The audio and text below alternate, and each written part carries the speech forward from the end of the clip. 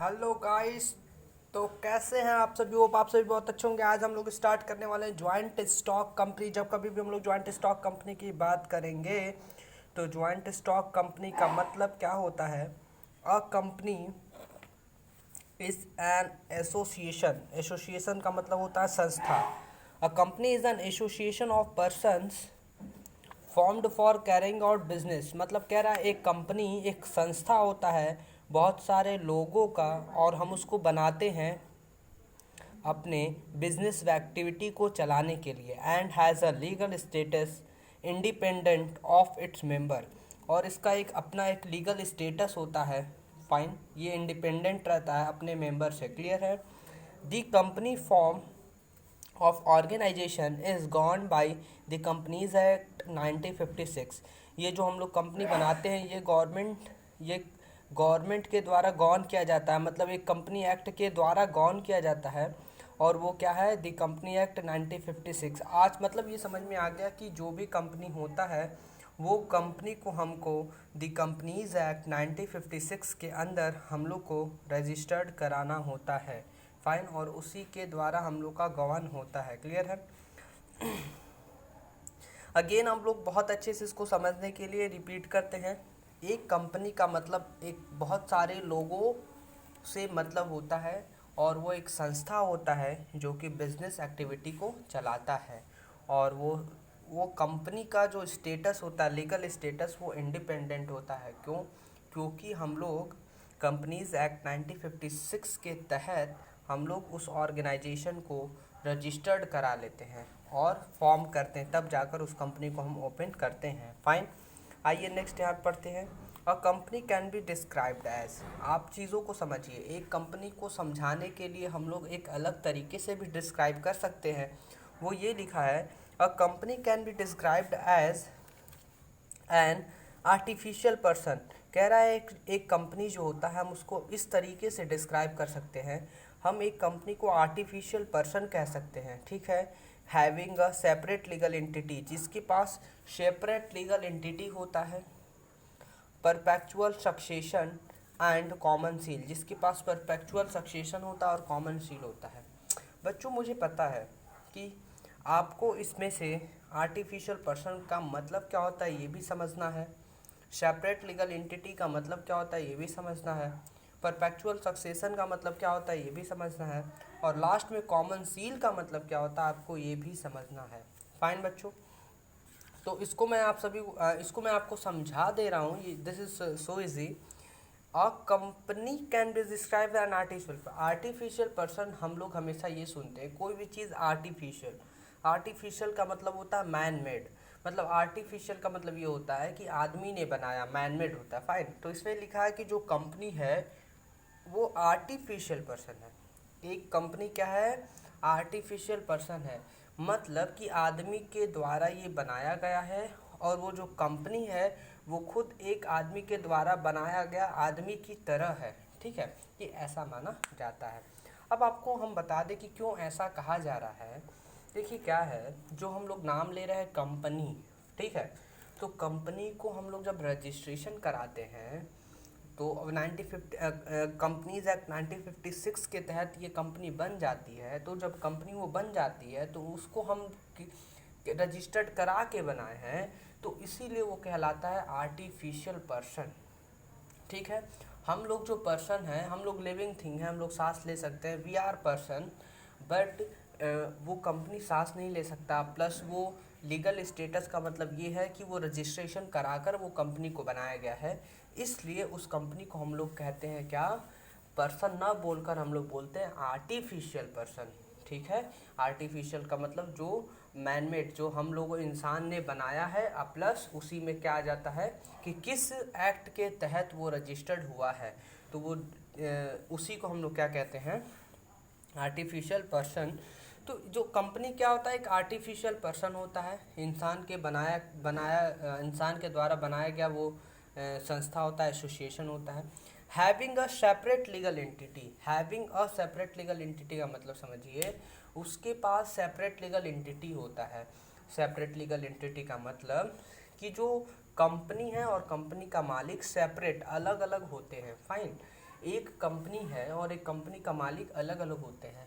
जो एक कंपनी होता है वो अपने नाम पर कॉन्ट्रैक्ट कर सकता है।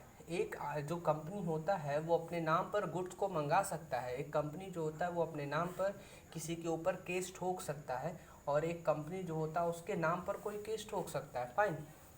इसलिए कंपनी और कंपनी के मालिक अलग अलग होते हैं। उसका मतलब यही हुआ कि separate legal entity. Perpetual succession लिखा हुआ है यहाँ पे। परपेचुअल सक्सेशन, जब कभी भी हम लोग परपेचुअल सक्सेशन की बात करें तो परपेचुअल सक्सेशन का मतलब ये होता है कि जो भी कंपनी चल रही है उस कंपनी में मेंबर कभी ज्वाइन करे और कभी छोड़ दे। मतलब वो लोग आए, ज्वाइन करे, काम करे, या चले जाएं, छोड़ दे। मतलब मेंबर्स आए या जाएं, उनके आने से जाने से कंपनी को कुछ फ़र्क नहीं पड़ता है, क्योंकि बहुत सारे मेंबर्स रहते हैं, वो कंटिन्यू चलता है। फाइन। जैसा कि पार्टनरशिप में हम लोगों ने देखा था कि कोई आ रहा है, आने के बाद 2-4 पार्टनर्स या एक पार्टनर्स, 2 पार्टनर्स अगर मर जाते हैं या कुछ प्रॉब्लम हो जाती है तो यहाँ पे डिसीज़न लेना होता है कि चलेगी कि बंद होगी। बंद करना होता है, फिर दूसरा ओपन करना होता है, ऐसे बहुत सारे चीज़ें होती हैं। ठीक है। बट कंपनीज में क्या होता है, कंपनी में ये होता है परपेचुअल सक्सेशन। मतलब कोई आए या ना आए, मतलब पीपल में कम, लोग आए, मेंबर्स आए और जाएं, उनके आने जाने से कुछ फ़र्क नहीं पड़ता। जो कंपनी है वो हमेशा चलती रहती है। क्लियर है।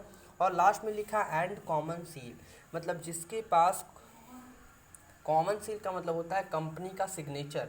जब कभी भी कोई कॉन्ट्रैक्ट हो रहा है या कोई सामान आ रहा है या कहीं पे साइन करना है तो कंपनी का एक अलग से साइन बनाया जाता है जो मोहर कहलाता है। मोहर आप लोग हिंदी में जानते होंगे। तो उसको उसको अगर हम लोग, मोहर को ही क्या कहते हैं, कॉमन सील। वो जहाँ पर भी हम लोग क्या कहते हैं, मोहर लगा देंगे, मतलब कॉमन सील जहाँ भी हम लगा देंगे तो वो उससे, वो कॉन्ट्रैक्ट से और कंपनी के बीच में क्या हो जाएगा, कॉन्ट्रैक्ट हो जाएगा। ठीक है। चलिए नेक्स्ट आगे बढ़ते हैं हम लोग। तो होप आप सभी को समझ में आ गया होगा कि एक कंपनी को कैसे डिस्क्राइब, मतलब एक कंपनी को हम डिस्क्राइब ऐसे भी कर सकते हैं कि एन आर्टिफिशियल पर्सन होता है having a separate legal entity. अलग अलग उसका सेपरेट हो सकता है उसका एंटिटी, उसमें जिसमें हो और जिसमें परपेचुअल सक्सेशन हो, जिसमें कॉमन सील हो। अगर ये सभी चीज़ें होंगी तो उसको हम लोग कंपनी बोलेंगे। फाइन। चलिए इसमें लिखा हुआ है the share holders are the owners of the company. आपको बता दें कि कंपनी का शेयर होता है। ठीक है। शेयर क्या होता है ये आपको आगे हम समझा देंगे। तो कंपनी जब शेयर बेचती है तो जो भी शेयर को खरीदता है तो वो उसको कहते हैं शेयर होल्डर। जैसे हमारी एक कंपनी है, मेरी कंपनी आपको शेयर बेची, आप शेयर रख लिए, तो मेरे लिए जो शेयर होल्ड किया है वही होगा शेयर होल्डर। मेरे लिए जो शेयर को होल्ड करके रखा है वही होगा शेयर होल्डर। तो मान लीजिए मेरी कंपनी है, हमको 10,000 रुपये चाहिए। मैंने 1-1 हज़ार का शेयर बनाया, 10 लोगों को दे दिया। मैंने 1-1 हज़ार का शेयर बनाया, 10 लोगों को दे दिया। 10 लोगों को जब शेयर दिया तो 10 लोगों ने हमें 1-1 हज़ार रुपये दिया, शेयर ले लिया और 1-1 हज़ार रुपये दिया। तो मेरे पास आया 10,000 और उनके पास क्या चला गया, एक शेयर, मतलब एक रिटन डॉक्यूमेंट, शेयर उसको कहते हैं, उनके पास चला गया। तो जितने 10 लोग हैं शेयर रखे हुए हैं मेरा, वो पूरे 10 लोग शेयर होल्डर कहलाएंगे। और कंपनी के केस में ये वही शेयर होल्डर को हम लोग क्या कहते हैं, ओनर। क्या कहते हैं, owner. The share holders are the owners of the company. Fine. Next हम लोग बढ़ते हैं। बस आप देखिए, आप इसको एक बार जितना मैंने समझाया आप समझ लीजिए। समझने के साथ साथ चीज़ें आपको यहाँ पे पता चल गई। आप इसको याद कर लीजिए कि जितने भी शेयर होल्डर्स होते हैं वो कंपनी के ओनर्स होते हैं। फाइन। जैसे जैसे आप 12th में जाएंगे और प्रोफेशनल कोर्स आप लेंगे तो वहाँ पे आपको बहुत अच्छे तरीके से क्लियर हो जाएगा। वैसे मैंने यहाँ पे आपको अच्छे से बता भी दिया। फाइन। नीचे क्या लिखा हुआ है, while the board of director is the chief managing body elected by the share holder. जितने शेयर होल्डर होते हैं वो इलेक्ट करते हैं। ठीक है। और जब इलेक्ट करते हैं तो क्या बनता है, the board of director is the chief managing body. मतलब जब जितने लोग भी हैं वो लोग इलेक्ट करते हैं किसको, चीफ मैनेजिंग को। ये सब जो चीफ मैनेजिंग है सब कुछ ये बोर्ड ऑफ डायरेक्टर के अंदर ही आता है। बोर्ड ऑफ डायरेक्टर मतलब जो सबसे ऊपर रहते हैं top level man, top levels पे, तो जो टॉप लेवल में जो सभी चीज़ें मैनेज करते हैं वही बोर्ड ऑफ डायरेक्टर होते हैं। इसी बोर्ड ऑफ डायरेक्टर के अंदर सभी चीज़ें आ जाती। सीईओ हो गया, ठीक है, चीफ एग्जीक्यूटिव ऑफिसर हो गया, चीफ फाइनेंशियल ऑफिसर हो गया, ठीक है। तो ऐसे करके बहुत सारे जितने टॉप लेवल पे होते हैं वही बोर्ड ऑफ डायरेक्टर के अंदर गिने जाते हैं। तो जो शेयर होल्डर होते हैं, अब जिसको चीफ मैनेजिंग उनको बनाना होगा तो ये इलेक्ट करते हैं, इलेक्शन होता है, ठीक है। जिसको ये इलेक्ट करेंगे, चूज़ करेंगे, सेलेक्ट करेंगे, वही चीफ मैनेजिंग बन जाएगा और सभी चीज़ों को मैनेज करेगा। क्लियर है? आइए हम लोग इस पे बढ़ते हैं। क्या लिखा है? The capital of the company divided into smaller part called share sorry. तो फिर क्या लिखा है कि जो भी हमारा कैपिटल है, सपोज करिए कि हमको बिजनेस स्टार्ट करना, मुझे 10,000 की ज़रूरत है, ठीक है। अभी अमाउंट कम ले रहे हैं आपको समझाने के लिए। तो मुझे 10,000 शेयर की ज़रूरत है, तो हम एक एक हज़ार का 10 शेयर अगर हम इशू कर दिए, ठीक है, तो हमारे पास 10,000 रुपये आ जाएगा और 10 शेयर हम जिससे पैसा लिए हम उसको दे देंगे। क्लियर है? तो क्या है कि जो हमारा पूरा कैपिटल कितना कलेक्ट होगा? 10,000। तो 10,000 का सबसे छोटा पार्ट क्या हुआ? 1,000। तो जो वो 1,000 है उसी को हम क्या कहेंगे? शेयर। तो 1,000 1,000 1,000 1,000 करते करते क्या हो जाएगा? वो 10,000 हो जाएगा, ठीक है। तो वही तो कह रहा है कि कैपिटल का जो सबसे छोटा भाग होता है उसको हम शेयर कहते हैं, ठीक है। Which can be transferred freely, जिसको हम ट्रांसफ़र कर सकते हैं बहुत अच्छे तरीके। फ्रॉम वन शेयर होल्डर, एक शेयर होल्डर ट्रांसफ़र कर सकता है टू अनदर पर्सन, वो दूसरे को दे सकता है। Accept in a private company, मतलब प्राइवेट कंपनी में शेयर नहीं किया जाता है। जैसे एक शेयर होल्डर के पास शेयर है, वो रखना नहीं चाह रहा है, तो अगर वो चाहे तो किसी और को बेच दे, ट्रांसफ़र कर दे। ऐसा पब्लिक कंपनी में होता है, प्राइवेट कंपनी में नहीं होता है। इसी के साथ हमारा यहाँ पे जॉइंट स्टॉक कंपनी ख़त्म होता है और हम लोग को आगे features of joint stock company पढ़ना होगा। आगे हम लोग को क्या पढ़ना होगा? Features of joint stock company. Clear है? Features of joint stock company को हम लोग यहाँ पे स्टार्ट करते हैं। ये अगर आप लोग बोले तो हम नेक्स्ट लेक्चर में इसको रेडी कर सकते हैं, बट कोई नहीं, इसमें ही इसको हम लोग कवर करना चाहिए। फाइन। तो गाइस आपको हम बता दें, सबसे पहले लिखा हुआ आर्टिफिशियल पर्सन। जैसा कि मैं आप सभी को आर्टिफिशियल पर्सन के बारे में बताया था, आर्टिफिशियल पर्सन का मतलब ये होता है कि वो एक इंडिपेंडेंट रहे, ठीक है। तो क्या होता है, जितना भी लॉ होता है, लॉ के अकॉर्डिंग कंपनी बन जाती है, रजिस्ट्रेशन करा लेती है। द कंपनीज एक्ट 1956 के अकॉर्डिंग ये लोग जिस भी कंपनीज एक्ट के अंदर इनको कराना रहता है, रजिस्ट्रेशन कराने के बाद ये आर्टिफिशियल पर्सन बन जाती है। A company can own property, मतलब आर्टिफिशियल का पर्सन का मतलब ये कि कंपनी अपना खुद का प्रॉपर्टी रख सकती है, खुद के प्रॉपर्टी के नाम पे, खुद की कंपनी के नाम पे। फाइन। फिर नीचे लिखा है इनकर डेप्ट। इनकर डेप्ट का मतलब ये है कि जो कंपनी है उधार ले सकती है, उधार भरने की क्षमता रखती है, ये सब चीज़ें लिखा, ठीक है। और लिखा है बोरो मनी, जो कंपनी होती है पैसे को अपने नाम पे उधार मांग सकती है और किसी भी कॉन्ट्रैक्ट में इंटर कर सकती है, उसी को क्या कहते हैं हम लोग? Artificial person.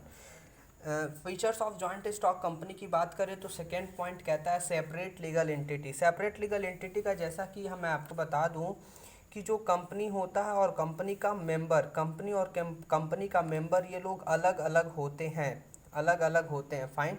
कंपनी और कंपनी का मेंबर ये लोग अलग अलग होते हैं। फाइन। ये कोई नहीं कह सकता कि मेरी कंपनी है, मैं कुछ भी सामान निकाल सकता हूँ, ऐसे वैसे कुछ नहीं। कंपनी अलग होती है, कंपनी का एग्जिस्टेंस अलग और आपका अलग है, आप और कंपनी दोनों लोग अलग अलग हैं। तो वही होता है सेपरेट लीगल एंटिटी, ठीक है। Its assets and liability are separate from those of its owner. अब इसका कंपनी का कोई भी ओनर रहे, मेंबर रहे, उसका एसेट्स और लायबिलिटी अलग है और कंपनी का एसेट्स लायबिलिटी अलग है, डिफरेंट है, ठीक है। The law does not recognize the business and owners to be one and the same। अब जो लॉ होता है वो कभी भी इसको पहचानेगा नहीं, रिकॉग्नाइज नहीं करेगा कि बिजनेस और बिजनेस के मालिक एक रहें, सेम रहें, नहीं। हमेशा बिजनेस अलग और बिजनेस के मालिक अलग होते हैं। बिजनेस का ओनर होता है जो अलग होता है, अलग अलग हो जाते हैं रजिस्ट्रेशन कराने के बाद ही। जब कभी भी हम लोग फॉर्मेशन की बात करें तो फॉर्मेशन में आपको इतना ही जानना है कि इसको बनाने में टाइम कंज्यूमिंग होता है, ठीक है। सॉरी, ये हाँ, कंपनी को फॉर्मेशन करने में टाइम कंज्यूमिंग रहता है। और नेक्स्ट क्या लिखा हुआ है, एक्सपेंसिव, ये एक्सपेंसिव भी होता है, बहुत सारा महंगा भी होता है, ठीक है। और कॉम्प्लिकेटेड प्रोसेस लिखा हुआ है, क्या ये कॉम्प्लिकेटेड प्रोसेस भी होता है। फोर्थ की जब बात करेंगे हम लोग तो परपेचुअल सक्सेशन। परपेचुअल सक्सेशन का जैसा कि मैंने आपको पीछे बताया था, मेंबर्स में कम एंड मेंबर्स में गो, मेंबर्स आए या जाएं, उनके आने जाने से कंपनी को कोई फ़र्क नहीं पड़ती, कंपनी हमेशा चलती रहती है। But the company continue, but the company continue मतलब ये कॉन्टिन्यू टू एग्जिस्ट, हमेशा ये एग्जिस्ट रह ही रहती है, हमेशा ये चलती रहती है। फिर उसके बाद हम लोग बात करेंगे, यहाँ पे आपको दिख रहा है कंट्रोल। कंट्रोल इसमें क्या होता है कि जो बोर्ड ऑफ डायरेक्टर होता है, बोर्ड ऑफ डायरेक्टर में सबसे पहले सबसे ऊपर जो टॉप मैनेजमेंट होता है, वही टॉप मैनेजमेंट पूरे बिजनेस को क्या करता है, कंट्रोल करता है। फाइन। और लाइबिलिटी में जितने भी मेंबर्स होते हैं, सभी मेंबर्स का जो लाइबिलिटी होता है वो क्या होता है, लिमिटेड लाइबिलिटी रहता है। वो क्या होता है, लिमिटेड लाइबिलिटी। मैं आपको बता दूं, यहाँ पे लिखा है extent of capital. Extent of capital का मतलब ये कि जितना वो अपना कैपिटल दिए रहते हैं उतना ही उनकी लाइबिलिटी रहती है। जितना लगभग जिस रेशियो में वो लोग कैपिटल दिए रहते हैं, उसी के एक्सटेंट में, उसी के हिसाब से उनकी लाइबिलिटी उतने तक ही रहती है। क्लियर है। और कॉमन सील का जैसा मैंने बताया था कि कॉमन सील का मतलब एक ऑर्गेनाइजेशन का जो सिग्नेचर होता है मोहर के रूप में, उसको हम क्या कहते हैं, कॉमन सील। जो हर एक कॉन्ट्रैक्ट पे, हर एक असाइनमेंट हो या किसी भी प्रकार का कोई भी हो, वहाँ पे साइन की जगह मोहर लगता है कंपनी की तरफ से, कंपनी के बिहाफ से, उसी को क्या कहते हैं हम लोग, common seal. The board of director इंटर्स into an agreement, किसी भी एग्रीमेंट में इंटर करना है विद अदर्स, किसी और के साथ, बाय इंडिकेटिंग द कंपनी से अप्रूवल। तो कंपनी का अप्रूवल देना पड़ता है, वो कैसे देते हैं हम लोग, through a common seal. Clear है। आइए नेक्स्ट हम लोग पढ़ते हैं, वो लिखा हुआ है रिस्क। देखिए ऑफिशियल सिग्नेचर लिखा है, मतलब ऑफिशियल, ऑफिस का जो सिग्नेचर रहता है वो एक मोहर के ऊपर उसको लिख दिया जाता है, कैसा होगा, साइन सिग्नेचर, और फिर वो कॉमन सील हो जाता है, ठीक है। और नेक्स्ट क्या लिखा है 8 पॉइंट में, रिस्क बेयरिंग। इसमें क्या लिखा है, by all the share holder. इसमें जितने भी प्रकार का लॉस होता है, रिस्क होता है, ये शेयर होल्डर है, शेयर होल्डर को फेस करना पड़ता है, शेयर होल्डर को ही इसको बर्दाश्त करना पड़ता है, रिस्क को फेस करना पड़ता है, बियर करना पड़ता है। इसी के साथ बच्चों आप सभी का features of joint stock company और कंपनी क्या होता है, ये दोनों खत्म होता है। अगर किसी भी टॉपिक में अगर आपको प्रॉब्लम होती है, किसी भी पॉइंट में अगर आपको प्रॉब्लम होती है, तो आप नीचे कमेंट सेक्शन में ज़रूर हमें बताएं। फाइन। या आप कॉल करके पूछ लीजिए या हमें व्हाट्सएप पे टेक्स्ट कर लीजिए। इसी के साथ हम लोग क्लास को ओवर करते हैं। अगर आपको ये वीडियो अच्छा लगा तो लाइक करिए, सब्सक्राइब करिए, अपने दोस्तों को शेयर करिए, और हाँ, कमेंट करना ना भूलिए। Thank you so much. मैं सौरभ चौरसिया आप सभी को बहुत बहुत धन्यवाद करता हूँ।